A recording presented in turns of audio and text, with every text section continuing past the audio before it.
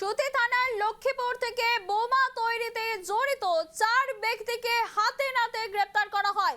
Police সূত্রে খবর, ধৃতরা এলাকায় অশান্তির পরিবেশ সৃষ্টি করতেই মূলত বোমা বাঁধার কাজ করত। ধৃতরা যথাক্রমে কালু শেখ, মোশাররফ, রেন্টু শেখ ও জাহাঙ্গীর আলম। প্রত্যেকের বাড়ি সুতির লক্ষ্মীপুর এলাকায়। ধৃতদের 7 দিনের পুলিশ হেফাজত চেয়ে জঙ্গিপুর আদালতে পাঠানো হয়।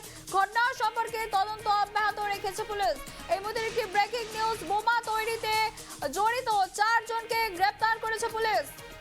মুর্শিদাবাদের সুতির লক্ষ্মীপুরে পুলিশের জালে বোমা তৈরির চক্র, বোমা তৈরিতে জড়িত 4 ব্যক্তি গ্রেপ্তার। ফোন লাইনে রয়েছে আমাদের প্রতিনিধি শান্তনু। যেমনটা জানতে পারছি, বোমা তৈরির চক্র পুলিশের জালে। এর আগেও আমরা দেখেছি মুর্শিদাবাদের একাধিক জায়গা থেকে বোমা উদ্ধার হয়েছে। শুধু তাই নয়, বোমায় আহতও হয়েছিলেন বেশ কয়েকজন। এবার বোমা তৈরির চক্র পুলিশের জালে, কি আপডেট রয়েছে তোমার কাছে?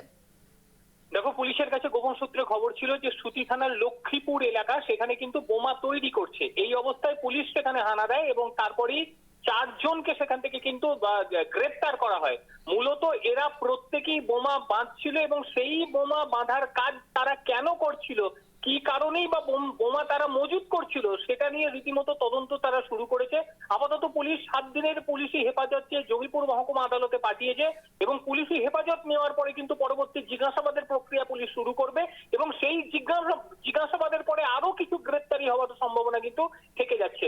তবে সুতি এলাকা, তুমি এর আগে জানো যে সুতি, শামশেরগঞ্জ, এই সমস্ত এলাকায় কিভাবে সাম্প্রদায়িক দাঙ্গা সেখানে তৈরি হয়েছিল, আর যে কজন এখানে কিন্তু গ্রেপ্তার হয়েছে প্রত্যেকেই কিন্তু বিশেষ ধর্মের মানুষ।